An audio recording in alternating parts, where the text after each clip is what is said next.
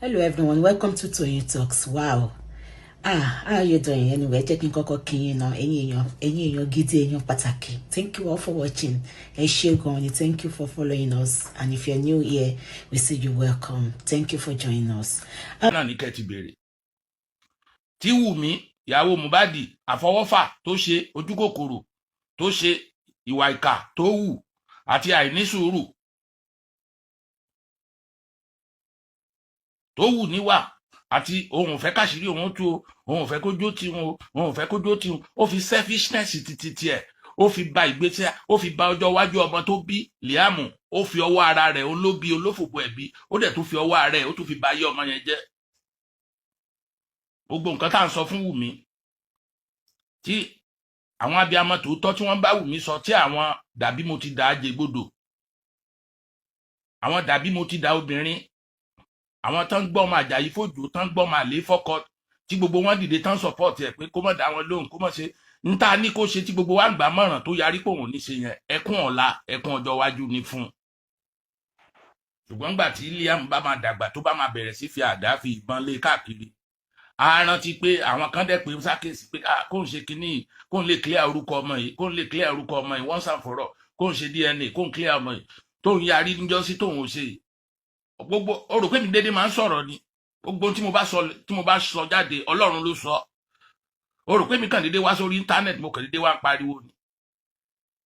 látọdún tó ti rí mi tí mo ti wà lórí íńtánẹ́ẹ̀tì ọwọ́ ta ló fẹ́ sọ pé mo polówó nǹkan kan fún mo gbowó lọ́wọ́ ọ̀hún tàbí kínní ìwọ olórí burúkú wọ Lizzy Anjorin gan nígbà tó kórí burúkú ẹ dé tó bẹ̀rẹ̀ sí seek public sympathy tó ń sunkún bí ìgbà tó yẹ pé àwọn ọmọ onífraka bí ìgbà tó yẹ pé wọ́n yàn ẹ jẹ ni tí gbogbo wa fi dìde kálá tètè mọ̀ pé olórí burúkú ọmọ ní ẹni iṣẹ́ ọwọ́ ẹ ló ń fìyà jẹ àfọwọ́fà tó fọwọ́fà ló ń fìyà jẹ ni ta ló máa gbèjẹ ta ló máa dá sí ta ló máa dá sí ànífẹ́lẹ̀ kó lọ dáyà ẹ jẹ táwa rò pé bóyá Fọlá o nǹkan kan o ó lè yàn burúkú kò dẹ̀ sí nǹkan méjì tó jẹ́ kí n dá sọ̀rọ̀ wa àti Fọlá yẹn gbà yẹn ojú wípé DNA tó béèrè tó sẹnu bí ẹnu asín tó béèrè ńgbà yẹn tí àwọn obìnrin ẹgbẹ́ sọ pé ń bí àwọn nú DNA yẹn lèmi náà bẹ́ẹ̀ fẹnu sí tí mo fi support ẹ pé ń tọmọbìnrin ìbéèrè náà tó ní pé kí ìyá Fọlá lọ sí i kò bá dì náà tó bá ṣe náà tó bá jọkọ ẹ náà ló bá láwọn ọmọ yẹn ó máa fi clear kò ní sáriwo awuyewuye kankan mọ́ DNA náà ló lè yanjú ọ̀rọ̀ yìí ẹ jẹ́ ó ṣe tí gbogbo wọn yarí pé ọ̀rọ̀ yìí ò tọ́ sí ẹ lẹ́nu nǹkan lẹ́nu ẹ báwo ló ṣe máa sọ fóbìnrin ẹgbẹ́ kó lọ ṣe orí tèmi dìde tí mò ń support ẹ tí mi ò mọ̀ pé ẹranko olórí burúkú ọ̀daràn apààyàn akíndanidání ẹran bíyẹ ní ẹ tí ìbíyẹ tó fọ́ lójú ọ̀tún tí ẹran rẹ̀ fọ́ tòsì tó ti rí ìyá rẹ̀ tí mo rí fọ́tò ìyá rẹ̀ yẹn ó rí pé mo sọ mi ń búyò níyà mi ń dẹ́ bu ọmọ lọ́mọ but tó o bá mú púrúfù ibi tí mo ti pe ọmọ ẹ lólórí burúkú tí mo ti gbé ọmọ ẹ ṣépè tó o bá mú púrúfù ẹ jáde Lizzy Anjorin ọmọ ẹ tó lémi gbé ṣépè tí mi ò gbé ṣépè yẹn tó yẹ pé mo máa ń sọ̀rọ̀ ọmọ ẹ dáadáa ni kò dẹ̀ sẹ́nì kankan tó lè mú púrúfù kankan jáde tó lè sọ pé mo ti gbọ́ ọmọ ọlọ́mọ ṣépè rí yàtọ̀ sọ update tí mo ṣe fún Liam ńgbà yẹn mi ò dẹ̀ gbé Liam ṣépè Wùmí lèmi ń ta sí ọ̀rọ̀ lèmi ń bá Wùmí sọ tó dàbí èpè lójú yín torí gbogbo tí mo sọ fún Wùmí yẹn ló máa ṣẹlẹ̀ lọ́jọ́ iwájú sí tí ò bá tètè kó ṣe àfọ̀mọ́ Liam kí gbogbo ayé mọ̀ yìí pé Liam ọmọ Mohbad ni o Liam kì í ṣọmọ kó tí ò bá ṣe kinní tí mò ń sọ fún yẹn tó bá fọ̀rọ̀ bó mọ́lẹ̀ nígbà tí rìsọ́ọ̀tì ẹ̀ bá máa dé sí a rántí pé àwọn kan dẹ̀ bá ń sọ o àwọn tó ń sọpọ́tì òun lọ́dún yẹn lọ́n báyìí ṣé kìí ṣe pé wọ́n bá yé òun jẹ́ báyìí ṣé kìí ṣe àwọn náà bá yé òun jẹ́ báyìí nígbà tó yẹ pé àti délé ayé tó jọ mẹ́ta àti ríru story àti ríru fíìmù bẹ́ẹ̀ rí ni èmi ò ń gbọ́ ọmọ lọ́mọ ṣépè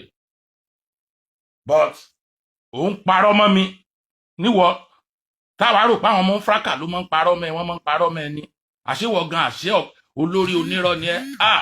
Ọlọ́run ajé ó dá fọmọ kò gbére pé yẹn àwọn ọmọ kò rí gbére pé àwọn tó ní blálà ẹ lọ́wọ́ nìyẹn nígbà tí gẹ́ yẹn tó ń analyse ẹ lọ́dún yẹn lọ́ọ̀ mo rò pé kí lọ́mọ ìfẹ́ gbà lọ́wọ́ Lizzy kó fi lẹ̀ nǹkan kan tọmọ tó sàn tẹnu mọ́ pé onírọ́ ni Lizzy manipulation ni orí kò yé mi dáadáa ń gbà yẹn nígbà tí mo wá ń rí ìwà ẹ̀ ni mo wá ń wò pé àbájọ gbogbo àwọn spíkà tí wọ́n tẹ̀sán mọ́ṣẹ́ ẹ̀ tán tẹ̀sán mọ́ ẹ láwọn obìnrin bíi ẹgbẹ́ ẹ̀ ń gbà yẹn tán tẹ̀sán mọ́ ẹ ń gbà yẹn tèmi rò pé bóyá wọ́n ń ṣe lára ẹni wọ́n ń ṣe gbá ni wọ́n ń ṣàwò àṣọ ní nǹkan tán rí àṣé mi ò rí débi táwọn rí ẹ dé ni nígbà tí o wá ń fi ìwà ẹ hàn báyìí tí mo wá rí orí burúkú tó wà lára ẹ tó ń ṣe tí mo wá rí ìwà ẹ mo wá ń regret ọlọ́run o ọlọ́run mọ̀mọ̀ jẹ́ kéèyàn sọ pé òun gbìjà èèyàn kó mọ̀ lọ́mọ jẹ̀yà oníyà o àṣàfọwọ́fà ọmọ yìí ló ń fìyà jẹ báwo ni ọmọ yìí gan báwo ló ṣe máa rí nígbà tó wà kékeré àṣé àwọn aburú tọmọ yìí ti ṣe àwọn ọmọ ọlọ́mọ tó ti bà tiwọn jẹ́ níkọ̀rọ̀ àṣé òun ló wá ń fìyà jẹ lórí social media tọ́lọ́run wá fi ṣẹ̀sín lórí social media tí wọ́n fi ń rọ̀jò ìpè fún ọmọ rẹ̀ ọmọ kékeré yẹn àṣàfọwọ́fà Lizzy ni àṣé ìyà ìmọ̀dí ìyà àfọwọ́fà ìyà ìmọ̀dí ní Florida ń jẹ mo máa ń rò náà pé aburú ìdédé ṣèyàn níbo lọmọ yìí ti kàgbákò tó fi wá lọ bọ́ sọ́wọ́ àwọn ọmọ fraka tó fi wá di pé ó wà lọ sí sọ tán fi wá yìí tiẹ̀ báyìí tán wá ń gbé ọmọ rẹ̀ ṣépè tán gbé ọmọ rẹ̀ ṣépè níbo ló ti fara kọ́ àṣà yìí níbo ló ti kàgbákò kò yé mi mo arùpọ̀n yẹn ẹ̀ jẹ ni Lizzy ọlọ́run ní jẹ́ kó bá mi dáa fún ẹ ibi tí mo ti gbé ọmọ ẹ ṣépè tí mo ti pe ọmọ ẹ lólórí burúkú tó o bá mú fídíò yẹn kó mú proof yẹn jáde tó bá jẹ́ update náà mo bá ṣe tí mo fi pọ ọmọ ẹ lólórí burúkú tó o bá post ẹ kó jẹ́ kí àwọn ayé rí tó bá jẹ́ pé irọ́ ló pamọ́ mi tó ń parọ́ mọ́ mi tó fi ń ṣépè láwọn ọmọ mi tó ń parọ́ pé mo ń pọ ọmọ ẹ lólórí burúkú mi ò pe ọmọ ẹ lólórí burúkú tó parọ́ mọ́ mi ọmọ Florida yẹn kò ní pẹ́ kò ní jìnnà wàá gbégbìn wàá gbèsìn mi ò ṣépè fún ọmọ ọlọ́mọ rí but ìwọ ti kọ́kọ́ o ti ń ṣépè fún ọmọ mi fún àwọn ọ̀tá ọmọ mi láì ṣe ọmọ tèmi torí àwọn ọmọ tèmi ń ṣe lépè o ti ń ṣépè fún àwọn ọmọ mi láti gbogbo gbà ṣó tó ń ṣe ló ti ń fọmọ àtàkì mi mò ń wù ẹ but ní àárọ̀ yìí tí mò ń sọ ọ̀rọ̀ yìí ó ti mú mi láhùn báyìí mo ti ráàyè tiẹ̀ fúlì èmi àti ẹni ní tí màá fojú ẹ rí wo wàá jẹ ṣége ìyà tí mò ń sọ fún ẹ yìí ṣe rọ wo mo ti wá ráàyè títí ẹ báyìí gbogbo ibi tó bá wù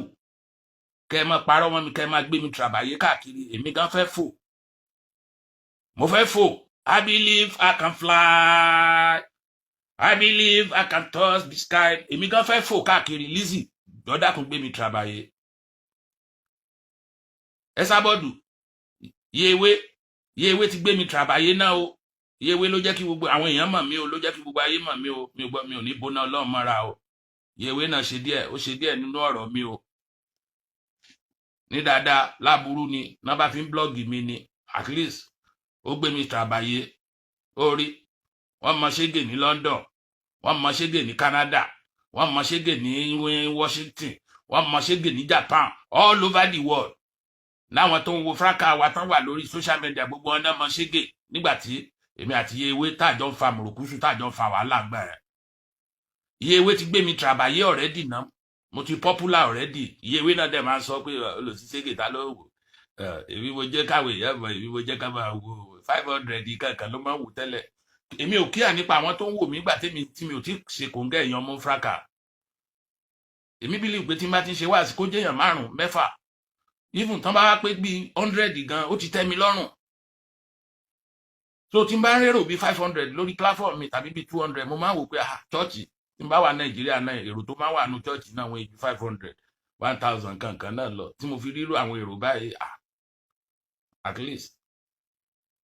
ó ti tó mi Ọlọ́run ti sọ fún mi kó jẹ́ èèyàn 2 mẹ́ta ní àlàyé ọ̀rọ̀ tó wọ́n mọ̀ gbẹnu mi máa ṣe fún àwọn aláìmọ̀kànmọ̀kàn bíi Lizzy Anjorin olórí burúkú ọmọ òfò yìí ó ní kó bá jẹ́ èèyàn 2 mẹ́ta ní ọ̀rọ̀ mi ó wọ̀ létí tí ó ronú tá jáwọ́ nínú aburú tó ń ṣe tá ronú pa burú yóò lè gbé ndébì kankan yóò fìyà jẹun yóò bá yé òun jẹ́ yóò tún bọ̀rùn òun jẹ́ yóò bá yé àwọn ọmọ tó ń bí jẹ́ ni kó mọ̀jà yé àwọn ọmọ máyé tá fi aburú yẹn lẹ̀ tí wáàsí yẹn tá ṣe kóńgẹ́ àwọn wáàsí mi ó ní kó jẹ́ èèyàn 2 mẹ́ta ni tá a máa burú tó ń ṣe nínú lọ́kàn rẹ̀ àmọ́ á dẹ̀ ronú pé kò ń filẹ̀ tá dẹ̀ tó filẹ̀ Ọlọ́run ni mo ti rí jánà wọ̀ gbogbo ìdẹ̀ranú sàárè ó ló ti di tèmi ó ló ti jẹ́ tèmi tí mi ò bá ti tijú láti máa làwọn kí n máa ṣe wá sí o. Ìwọ Lizzy ó wá ń parọ́ mọ́ mi pé èmi ń gbé ọmọ ẹ ṣépè nígbà tí gbogbo ayé ti rí bó ṣe ń gbé àwọn ọ̀tá ọmọ bó ṣe ń gbé Florida ọmọ rẹ ṣépè láì ṣe ọmọ ti tèmi. Gbogbo ayé ti rí, gbogbo wọn ti ń ṣe ọmọ Ṣégè ló mọ̀ tó ń gbé ṣépè, Ṣégè òun gbọ́mọ ẹ̀ ṣépè. Ó dẹ̀ ń try láti máa manipulate wọn pé imagine Ṣégè ó ń sọ bí ẹni pé mò ń gbé ọmọ ẹ̀ ṣépè, gbogbo wọn mọ̀ pé rọ́ ló ń paná. Wọ́n mọ̀ pé àwọn òrìṣẹ́ ò ti Ṣégè ṣe tó gbọ́mọ kékeré ṣépè, yàtọ̀ sọ update èyí tó ṣe fún Liam ńgbà yẹn tó lọ viral. Wọ́n dẹ̀ misquote update mi ni, torí gbogbo èèyàn tó ń ka update mi kọ́ ló máa mọ ìtumọ̀ ẹ̀. Mínì tèmi ló máa ní mínì tó ní nǹkan tí mi ń rò tí mo fi kọ́, ó lè má ní irú mínì yẹn sáwọn tó bá ń kà náà fi ń rò pé bóyá pè ní mo ṣe fún Liam. Èmi ò ṣépè fún Liam. Wùmí ìyá rẹ̀ ni mò ń bá sọ̀rọ̀ nínú update yẹn, orúkọ Liam kan wà ń bẹ̀ ni, a kàn gbọ́dọ̀ forúkọ Liam náà sí update yẹn pé kíní n tó ń ṣe yìí ẹkún ọ̀la ẹkún ọjọ́ iwájú ni, orí burúkú ló ń fà sí orí ọmọ yẹn tó bá mọ̀, kì í ṣe rọ́, Yorùbá ló sọ bẹ́ẹ̀. But nígbà tí mo ṣe show tí mo ṣe àlàyé fún ọ̀pọ̀lọpọ̀ àwọn èèyàn tí wọ́n ń bínú sí mi tẹ́lẹ̀, táwọn náà wá rí pé àlàyé ọ̀rọ̀ ní Ṣégè sí o, kì í ṣe pé ní ọ̀rọ̀ ìtòótọ́ ìpè kọ́ o, àlàyé ọ̀rọ̀ ni o. Gbogbo wọn padà wá bá mi again pé àwọn rò pé ní tí ò bá ṣe pé show tẹ́ ṣe yẹn, àwọn ṣe wá lọ ka update yín làwọn wá rí pé ọ̀rọ̀ lẹ́ ń sọ tòótọ́ o Wùmí, pé bọ̀tẹ́ tí ò bá gbọ́ Yorùbá kò ní understanding, kò ní tètè mọ̀, ìpè ló máa pè. Ó rò pé mi yọ lórí burúkú ọ̀dájú ìkà apààyàn bí ìwọ Lizzy Anjorin olórí burúkú kò bímọ rí of Nigeria, kò bímọ rí of Nigeria. Gbogbo géèmù tó play náà nígbà tó ti mọ̀ yí pé ọmọ ò jáde lóbó ẹ̀ rí, ó ṣe ní máa gbá àwọn ọmọ ọlọ́mọ ṣépè. Ìwọ tó yẹ pé ó kọ́kọ́ fẹ́ ṣẹ́ṣẹ́ owó láyé, ọlẹ̀ ẹnu ẹ̀ ló kọ́kọ́ lọ fi ṣe, kò jẹ́ ẹni. Ó mọ̀ pé ò lè rọ́mọ bímọ, kò jẹ́ ọlẹ̀ ẹnu ẹ̀ níbi tó dájú dé tí ìṣẹ́ pọ́n ẹ, tí ìṣẹ́ bẹ́ẹ̀ múlẹ̀, torí inú ìṣẹ́ náà nìyẹ́ ẹ kú sí. Ìṣẹ́ tí ìyẹ́ ẹ kú tó pa ìyẹ́ ẹ yẹn ló ń wò wípé ìyà tó jẹ ìyá ẹ yóò tún gbọ́dọ̀ jẹ́wọ́ o gbọ́dọ̀ dọ́gbọ́n sí ni. Ọlẹ̀ ẹnu ẹ ló ti kọ́kọ́ filẹ̀, tí yẹn ti bọ́ sí wasted tí ò jẹ́ orí, wọ́n ti wá já ẹ sí level apààyàn. Lizzy obìnrin fine, kò ní kó má jẹ́ criminal, kò ní kó má jẹ́ apààyàn, àìmọye irú wọn táwa mọ̀, tá a ti rí kéèsì wọn ní police station. Ìyá aláyé òun ló máa wà tó máa jẹ́ backup fáwọn àwọn kidnappers. Orígbà tán bá dárúkọ ẹ̀, tán bá confess, òun ló máa jẹ́ backbone fún àwọn armed robber. Orígbà tán bá dárúkọ ẹ̀ pé alájà báyìí ni ó ní táwọn ọlọ́pàá bá wà lọ arrest ẹ̀, làwọn èèyàn máa lanu pé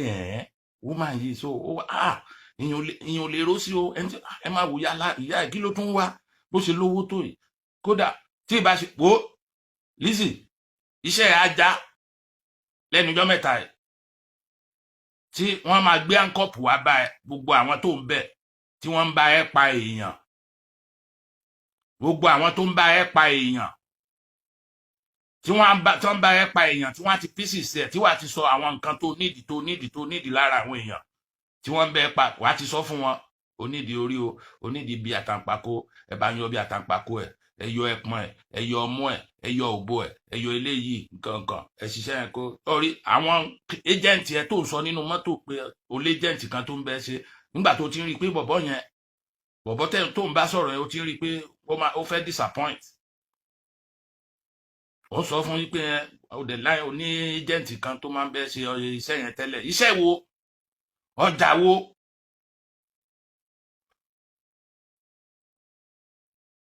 Tó gbọ́ nǹkan tó sọ pé o ní nǹkan kan pé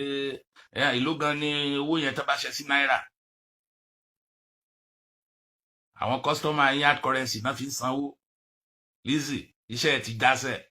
ó mọ àwọn tó lọ forí kọlù, ó mọ èmi tó larí mọ́ ẹni, gbogbo level ni mo já sí, mo já round ní Nàìjíríà kí n tó dèrò lọ ọba. Gbogbo ìyà tó ń jẹ ọmọ àtàpátá dìde kó tó dolówó, kọ́ máa tàpátá dìde tó dolówó, gbogbo ìyà yẹn ló jẹ mí kí n tó níláárí, kí n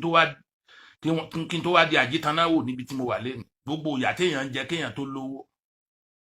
ni mo jẹ, torí pé mi ò fẹ́ jalè, mi ò fẹ́ kán pa màmá mi nítàn tí ò dáa, mi ò fẹ́ bà ìyá mi lójú jẹ́, mi ò fẹ́ bà àwọn fámìlì mi ò fẹ́ bà wọ́n lójú jẹ́ kí n bà orúkọ fámìlì mi jẹ́. Nígbà tí mo ń ṣọmọ ta mo fọgbọ́n ṣe orí gbogbo ìyà tó ń jẹyàn kéèyàn tó dolówó gbogbo ẹ̀ ló jẹ mí. Béèrè lọ́wọ́ àwọn tó mọ̀ mí wá ní Bùrọ̀ṣọlá ó máa kórì gbá gan, àràpàtà ó máa ń gbá kórì gan o, tó bá ń gbá kórì ẹ̀ kò ní fi pa anybody lára. Àwa yìí a lè gbá kórì ọdún méjì, gbá kórì ọdún mẹ́ta, tó yẹ pé tó bá tún máa dé báyìí owó tún máa dé ni, tó bá dẹ̀ tún ti tán a tún ti wà kórì nìyẹn. Ìyẹn ò mí pé ká lọ́mọ jalè tàbí pé ká máa jàgbà rárá o. Ọmọ bá ní àtọrọ làwa lórí títì, lọ́bìnrin mi kẹjà kó lọ́bìnrin mi lórí rédíò. Tó bá jẹ́ ọmọ ìgboro lọ sórí rédíò tàbí kó lọ sí bàbá Fẹlá Aníkúlápó shrine kó béèrè, tàbí tó bá rí Daddy Showkey kó béèrè pé ṣé ó mẹ́ tó ń jẹ́ Rapta nígboro ayé. Mo dára mo já kutukutu kò sédè tí mi ò gbọ́ gbogbo èdè tó ń sọ nínú mọ́tò nígbà tí àwọn kọ́sítọ́mà tí wọ́n ní di tápá tẹsẹ̀ tó ń sọ pẹ̀lú àwọn kílẹ̀ǹtì àwọn éjẹ̀ǹtì tó mọ́ gbéṣẹ́ fún tó ń bá wọn sọ gbogbo èdè yẹn ni mo gbọ́. Ó rí bó ṣe ń sọ fún ni ó ló ní éjẹ̀ǹtì kan tó máa ń bẹ ṣiṣẹ́ yẹn tẹ́lẹ̀, tí ò bá ti lè gba apá kó gbé pẹ̀lú apá kó ṣe kinní kankan. Lizzy lẹ́nu àwọn lékùlẹ̀jà láti máa ń gbọ́ slang yẹn, tápá ti tán. Àwọn lékùlẹ̀jà èèyàn ló dẹ̀ orí pàtì èèyàn ni. Tán bá ní màmá mo fẹ́ ra mẹ́nu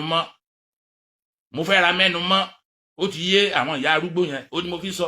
most àwọn ìyá tó ń ta lékùlẹ̀jà yẹn criminal ló pọ̀ jù nù wọn. Àwọn ọlọ́pàá ti bẹ̀rẹ̀ sí ṣiṣẹ́ lé wọn lórí náà. Criminal ló pọ̀ jù nù wọn. Wọ́n máa ń ta orí èèyàn bí ẹni ta orí ẹja ni. Wọ́n máa ń ta ẹsẹ̀ èèyàn bí ẹni tẹsẹ̀ adìẹ ni. Níbi tí àwọn ìyá arúgbó pẹ̀lú orun funfun tó wà lórí wọn criminal ni wọ́n. Tó bá dé sọ lékùlẹ̀jà wà ló fẹ́ ra mẹ́nu mọ́ ni wọ́n ti mọ̀, kò ní ìdí pé wọ́n ti mọ̀ pé wá rẹrin èèyàn ni. Lizzy nígbà táwọn kidnapper dé náà tún change gbogbo pattern yẹn ló tún di pé kán máa sọ slang mi. Apá orí ni bọ́ọ̀lù páálí gbogbo ẹ̀ náà fún lórúkọ. Lizzy ìgbésí ayé ẹ ti bàjẹ́, gbogbo ayé ń wò ẹ láwò sunkún, òun wo rẹ láwò rẹ́rìn. Ó sọ fún ẹ àwọn ọmọ kéékèèké ẹ rí pé Lizzy àwọn ọmọ kéékèèké ló máa ń láì kó máa blend ni kó mára torí ó ti mọ̀ pé táwọn ọmọ yẹn bá ń yọ dànù ayé ò ní fura sóhun. Wọn ò ní mọ̀ ṣé ya àwọn ọmọ yẹn ò kúkú mọ̀ pé àwọn ọmọ àwọn bá Lizzy rìn, àwọn ọmọ àwọn lọ lé Lizzy, wọn á kàn déédéé wọ ọmọ yẹn tí wọn á kàn rí pé ó jáde nílé kó padà wá sílé náà mọ́ náà ni.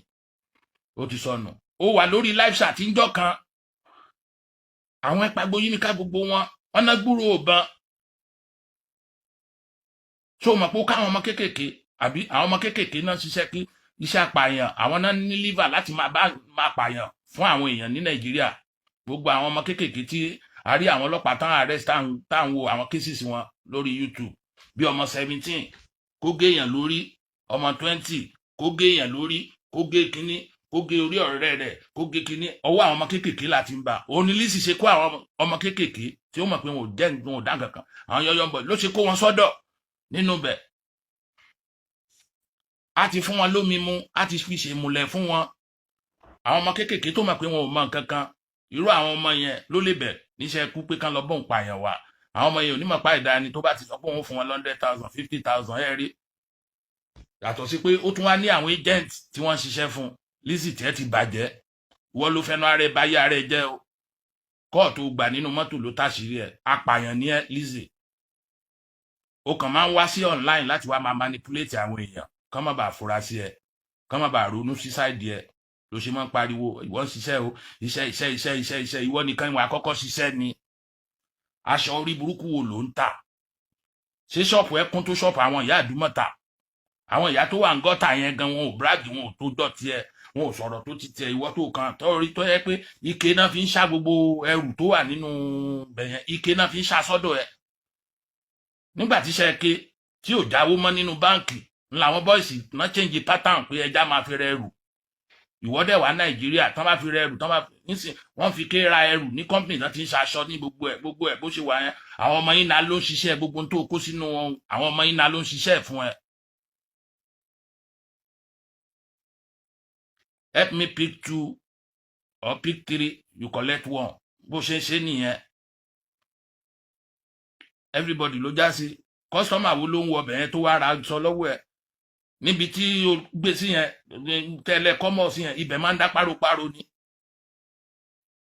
Lizzy àṣé pààtì èèyàn ó lẹ́ ń tà ní mọ́ yín lóru abájọ mo wò pé olórí burúkú lọmọ Lizzy ni ó ń tàjú kí ní ṣọ́ọ̀bù kékeré àwọn nǹkan tó tò kalẹ̀ náà lọ ni ilẹ̀ ṣọ́ọ̀bù mọ́ sí wá tóbi jẹ̀rẹ̀ tí car park wá park place wá tóbi tó báyìí pẹ̀lú níbẹ̀ ni iṣẹ́ kí ló ṣe ń bolo ti rówó kò sẹ́ni tó lè convince mi onídọ́jí business tó ń ṣe tó ń fún ẹ lówó kò dẹ̀ sí nǹkan tó lè máa fún ẹ ní fast money tó bá jẹ́ pé bó ṣe ń parọ́ pé ìwọ ló ní shopping mall yẹn o ìwọ ló ní ilé ìwọ ló nígbà ìwọ ló làwó o tó bá jẹ́ pé bó ṣe ń parọ́ fáwọn èèyàn yẹn lórí o ti mú nǹkan míì mọ́ criminal ni ẹ kì í ṣe owó aṣọ kì í ṣe owó aṣọ ìyẹn wo ló ń ra góòlù lọ́wọ́ ẹ àárí kò polówó góòlù rí tó máa ra góòlù lọ́wọ́ ẹ̀ gan èrè èlò ló ń jẹ lórí ìkan èrè èlò ló ń jẹ lórí aṣọ ayé ẹ ti bàjẹ́ Lizzy ó ti ṣe orí burúkú ọdún yìí ọdún ìbànújẹ́ ọdún ẹ̀san o àti ìmọ̀ nǹkan tó máa end December yìí náà o ọdún ẹ̀san ni fún gbogbo ẹ̀yin ìkà wo bí Ọlọ́run sì lọ disgrace ẹ nínú ọjà Lizzy wo bó ṣe ń wo bí olè Ìbàdàn nígbà tí ọwọ́ pálábẹ́ ẹ ségi ó wá ń parọ́ pàwọn Gistlover ni ta ni Gistlover yẹn gan so ibi tí ó yẹ kí gbogbo ayé ti mọ̀ pé criminal ni ẹ nìyẹn ta ni Gistlover táwọn ọlọ́pàá ń wá tá a mọ̀ tí wọ́n mọ̀ tó sáà máa ń tẹnu mọ́ lójoojúmọ́ tá a lẹ́ni yẹn wọ́n bá wá pè ẹ̀ ń wèrè wá ni wọ́n ń pè ẹ̀ ń wèrè ìwọ tó máa ń dá sọ̀rọ̀ tí wàá máa sọ pé ẹnìkan pé Gistlover ni kò sẹ́ni tó mẹ́ni tó ń pè ní Gistlover ẹni tó ń pè ní Gistlover yìí ẹni kóhun tó lè bìlífù póhun gangan ló ń pè ní Gistlover tó dẹ̀ bìlífù póhun ni ó ní kó dárúkọ òun kó àtàṣe orúkọ mọ̀ wo ibi tí ayé ẹ bàjẹ́ sí Lizzy ìwọ o mọ̀ pé rọ́ ló ń pa mẹ́ni yẹn o mọ̀ nǹkan tó ń sọ wo àwọn èèyàn tó wá ń jẹ́ o wá forí àwọn èèyàn gbára àwọn yẹn orí torí pé o ti ń pè ní sẹ́pẹ̀tẹ́rì àwọn yẹn náà lọ mọ gbé fọ́tò ẹni yẹn tẹ́ni yẹn bá wá kó gbogbo wọn tó lọ tì wọ́n mọ́lé wọn á ní Lizzy ló sọ fáwọn yìí pé òun ni Gistlover ní olórí burúkú wọ Lizzy ó mọ̀ pé ó smart àwọn tó ń gbèjẹ ẹ̀sìn tọwọ́ Ìyábọ̀ Òjó bá tẹ̀ wọ́n tó bá lọ tì wọ́n mọ́lé wọn á ní Lizzy Anjorin ló sọ fáwọn lẹ́nu ẹ̀ làwọn ti máa ń gbọ́ pé Gistlover ní olórí burúkú wọn mo ti ṣe show fún gbogbo ẹ̀yin tẹ́ support Lizzy yẹn pé Lizzy fẹ́ ra gbogbo yín lẹ́wọ̀n ní ó ń blind cash yín ni tọ́n bá wá ránṣẹ́ sí Lizzy pé ń gbọ́ wọ́n ní lẹ́nu ẹ̀ làwọn ti ń gbọ́ pé Ìyábọ̀ Òjó Gistlover ní nǹkan á ní ẹbí wọn léèrè pé òun ẹ̀bà sọ fún wọn pé Ìyábọ̀ Òjó Gistlover ní sẹpẹtẹ́rì Gistlover sẹpẹtẹ́rì lòun máa ń sọ ń tòun ìlú kan dẹ̀ ló ń jẹ́ sẹpẹtẹ́rì Gistlover dẹ̀ ní gbogbo èèyàn ló mọ̀ pé criminal ni àwọn ọlọ́pàá ń wá kò níṣẹ́ gidi kan lọ́wọ́ kì í ṣiṣẹ́ eré kan nǹkan ìwọ náà ṣe máa ń dárúkọ Gistlover since tó gbọ́ pé ṣe wanted kìíní bó ṣe máa yọra ẹ̀ mọ́ yín lọ́wọ́ ní police station nìyẹn ayé yín bàjẹ́ nìyẹn ti pẹ́ ní.